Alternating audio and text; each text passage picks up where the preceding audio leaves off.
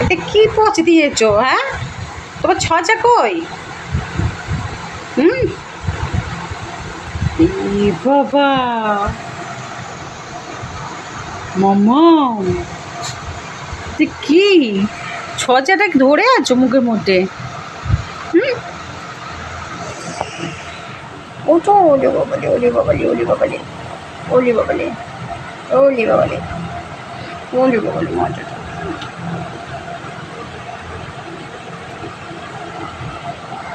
না, খাও। এইভাবে খেতে হয়? উঠে বসে খাও সোজা হয়ে। এ কি?